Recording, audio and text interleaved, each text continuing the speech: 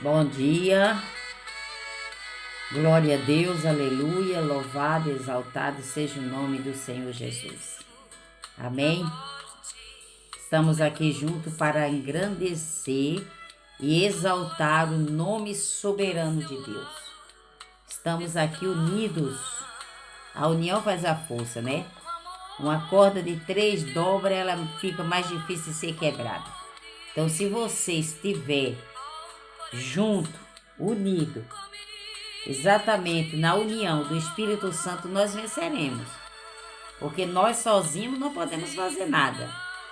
Mas tudo que pedires em oração, crendo, já se você crer, você recebe. E o que for ligado na terra é ligado no céu. Aonde houver 1 ou 2 ou 3 reunidos no nome de Jesus, o que for ligado aqui será ligado no céu. E o que é desligado na terra será desligado no céu. Então a gente pode ligar e a gente pode desligar. E o que é que a gente vai desligar hoje? Vai desligar os maus pensamentos, as maus influências, desligar os sentimentos de tristeza, de angústia, de dor, de perca. E nós vamos ligar no céu com a nossa vitória. Porque se Deus é por nós, quem será contra nós? Operando Deus, quem impedirá? Então vamos ligar nessa tarde no céu, vamos concordar com a oração, compartilhe esse vídeo, dê o seu joinha, não deixe de dar o seu joinha para que o YouTube saiba que você está assistindo. Nós precisamos ajudar uns aos outros. Não vamos ser egoístas, irmão, porque tem muitas pessoas egoístas hoje. Eu conheço muita gente, conheço muitas pessoas que era apenas uma ovelhinha. Hoje é pastor, hoje é bispo, hoje é apóstolo. E se engrandeceram, né? Ficaram muitos orgulhosos. Hoje você já não conhece mais quem é quem. Porque às vezes pessoas que se chamam, né, para tal obra, que muitas vezes não é Deus que chama, nós é que se chamamos, que queremos aparecer apóstolo e apóstola, bispo e bispas. Mas isso não quer dizer que você vai mudar. Você pode ter mudado de patamar espiritual.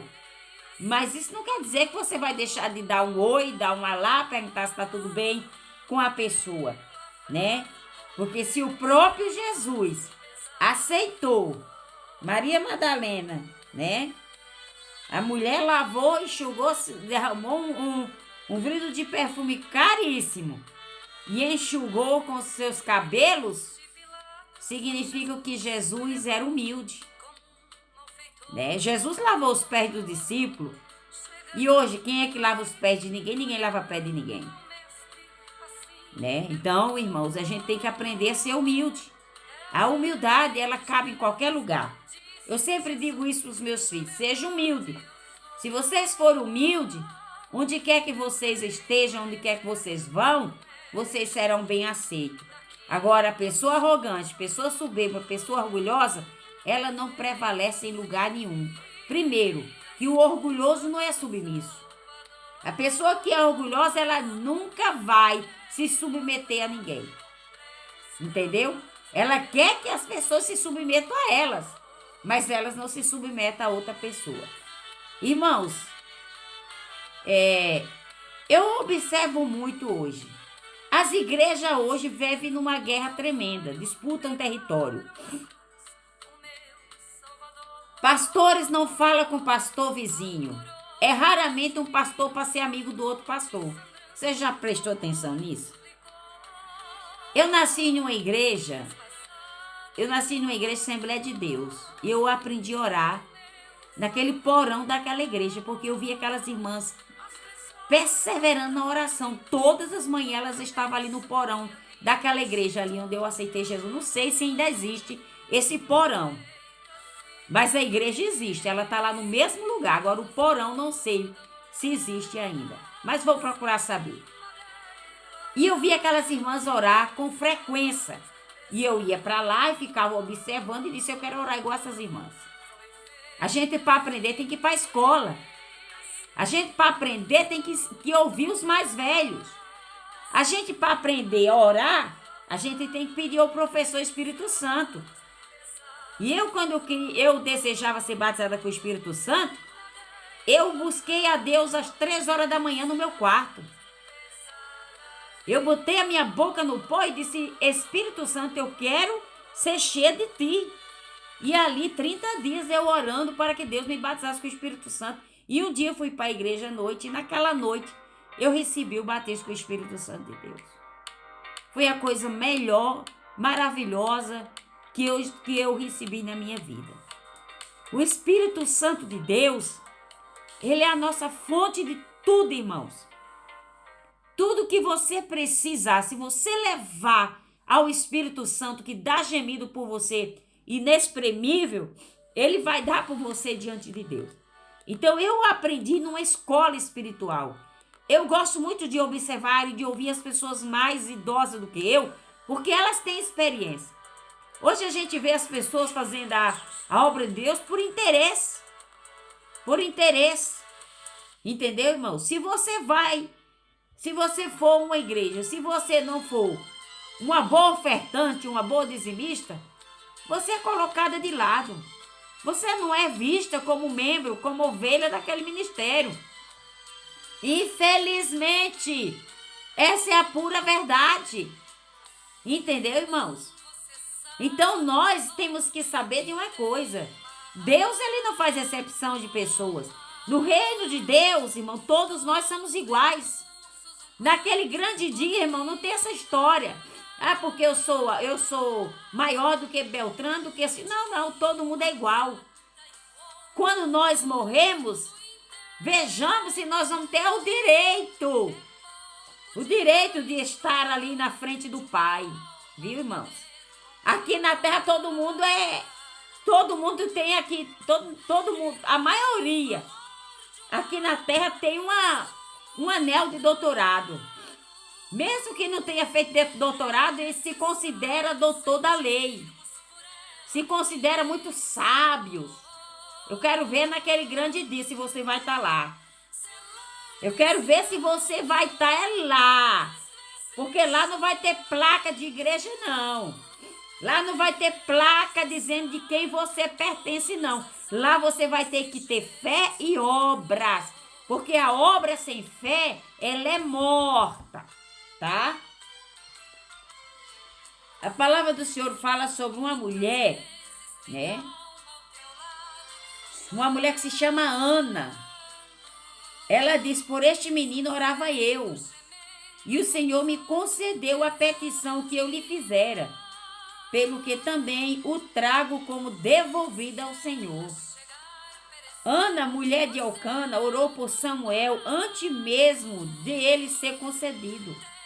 Embora estéril, sempre acreditou que Deus poderia reverter a situação. Por isso ela fez o que? Ela insistiu com Deus em oração. Ela persistiu, ela insistiu, mesmo ela sabendo que ela era estéril, sempre acreditou que Deus poderia reverter aquela situação. Por isso, ela insistiu com Deus em oração, apesar de quê? Apesar de Penina, sua rival, a provocar excessivamente, ela provocava a Ana todos os instantes, todas as horas. Mas Ana sabia que ela era estéril. Ana sabia que pelo recurso humano ela não seria capaz de ser mãe. Mas Ana persistiu, Ana insistiu, chorava aos pés da cruz e falava com Deus.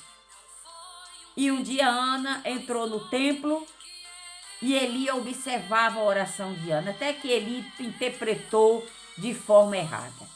Mas Ana estava derramando o seu coração diante de Deus, irmãos. Quando nós derramamos, quando nós reconhecemos, quando nós apresentamos as nossas vidas a Deus, você pode ter certeza que Deus responde.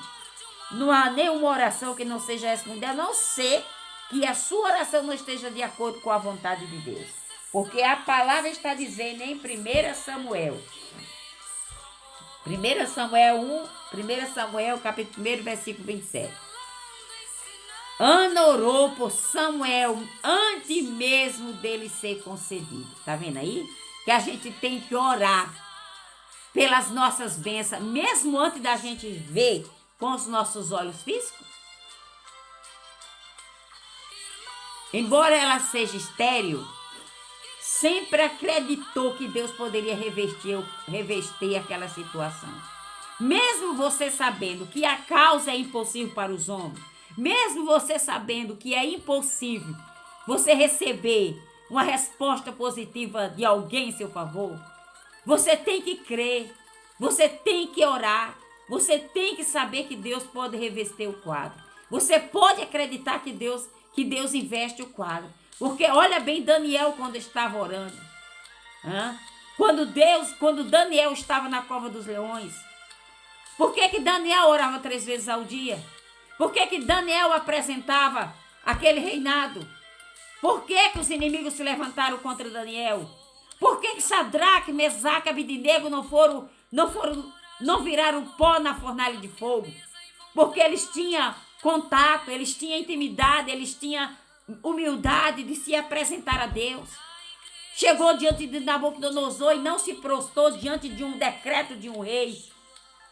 Eles preferiram entrar na fornalha do que eles obedecer à voz de Nabucodonosor. Infinamente a rácia. Quando Nabucodonosor deu ordem para eles se curvarem, ele disse, não vamos nos curvar diante de um Deus do homem. Nós só nos curvamos diante do Deus de Israel. Você está se curvando diante de quem, minha irmã? Diante de quem, meu irmão? Você precisa de ter uma casa restituída, seu casamento está quebrado, o seu lar está arruinado. Cuidado, eu já disse, cuidado com quem você convida a entrar na sua casa. Você quer mudança, mas você tem que entrar no exército de Deus. Davi fazia parte do exército de Deus. Davi orou ao Senhor e perguntou ao Senhor. Davi havia sido ungido a Israel, mas Davi ainda não havia tomado posse do seu trono. Mas Davi perguntou a Deus aqui se ele poderia perseguir o bando, se ele poderia alcançá-lo. O Senhor persegue porque de fato alcançarás e tudo libertarás. Davi foi perguntar, ele não era rei, mas ainda não havia assumido o trono porque Saul ainda estava vivo. Tem coisas nas nossas vidas, irmãos, que tem que haver tempo para você tomar posse. Davi foi lá consultar a Deus. Ana foi falar com Deus. E você está falando com quem? Você tem que confiar em Deus. Você tem que se chegar a Deus. Você tem que baixar sua cabeça diante de Deus, do Todo-Poderoso, e você abrir seu coração e falar para Ele a tua dor, a tua angústia, a tua necessidade. Irmãos, diante de Deus não existe grande nem pequeno, todo joelho se dobrará e toda língua vai ter que confessar que o Senhor é Deus. Seja evangélico, seja católico, seja qual for o seu credo religioso, a Bíblia diz que naquele grande dia, todo joelho se dobrará, toda língua vai ter que confessar que Jesus Cristo é o Senhor. Então, para que orgulho? Para que besteira? Para que se achar que é melhor do que os outros? Para que ficar queimando? Para que ficar respingando de um lado e de outro, falando mal do seu próprio irmão em Cristo Jesus?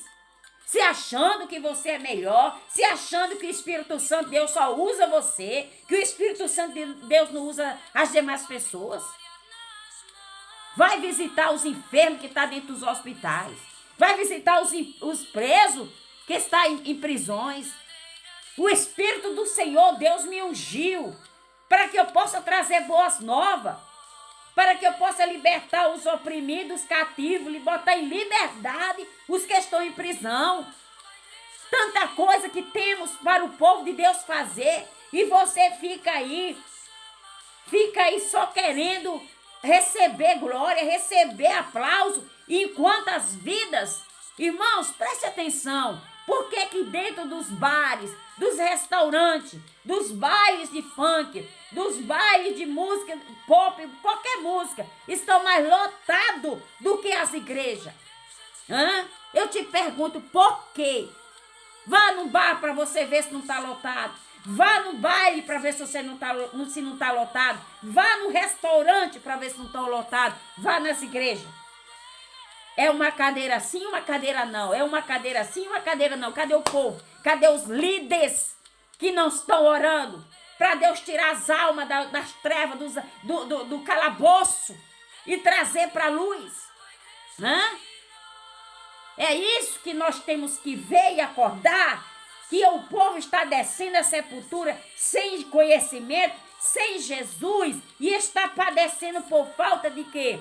De conhecimento. O meu povo padece, o meu povo peca, o meu povo erra por quê? Por falta de conhecimento. Se você quer vitória, você chame a maravilhosa luz de Deus para você e comece a ver que muitas vidas estão precisando de ouvir uma palavra, muitas vidas estão precisando ser libertas de se suicidarem, de viver oprimida, de viver possessiva, de viver cheia de espíritos imaginatórios, pessoas que se fecham dentro do quarto, não fala com ninguém, não quer comer, faz greve de fome. Por quê? Porque não tem o Espírito Santo de Deus. E onde é que está os santarrão que tem por aí?